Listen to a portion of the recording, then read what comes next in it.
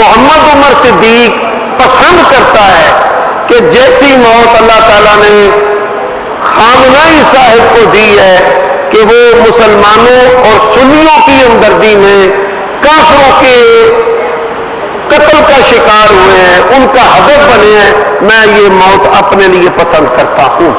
ہم کسی مسلمان کی تکفیر کے قائل نہیں، کافر کو ہم مسلمان نہیں کہتے اور مسلم کو ہم کافر نہیں کہتے۔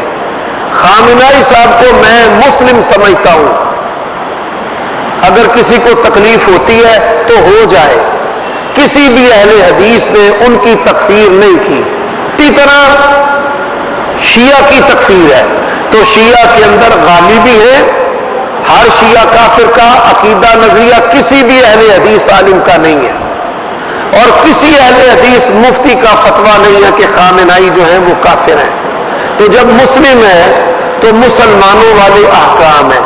مجھے بتائے نا، سپہ صحابہ بننے سے پہلے ہمارے کیا علماء نہیں تھے، محدث نہیں تھے، مفتی نہیں تھے؟ ہمارے علماء بر صغیر پاک و ہند میں ہمیشہ اہل تشیع کے ساتھ حسن سلوک کے ساتھ رہے ہیں۔ مولانا ثناء اللہ امرتسری رحمۃ اللہ علیہ، میر ابراہیم سیالکوٹی رحمۃ اللہ علیہ، مولانا داود غزنوی رحمۃ اللہ علیہ، ہمارے تو اکابرین جو ہیں ان کے ساتھ بڑے اچھے طریقے رواداری کے ساتھ رہتے رہے ہیں۔ سوال ہے کہ باپ کے بعد بیٹا جانشین ہو سکتا ہے؟ میرٹ ہے اسلام کے اندر، اگر میرٹ ہے تو باپ کے بعد بیٹا ہو سکتا ہے۔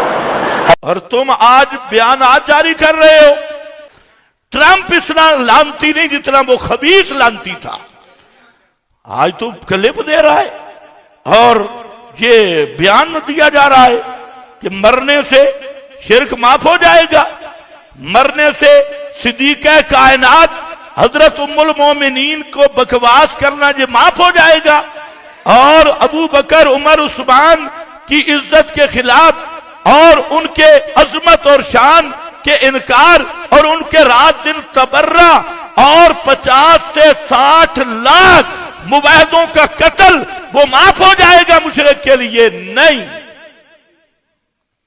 ہماری قوم بڑی عجیب ہے، جو خنزیر مرتا ہے ان کا کلپ آ جاتا ہے۔ یہ کیا ہو رہا ہے؟ یہ اپنی نفاق اور بے ایمانی کا اظہار ہو رہا ہے۔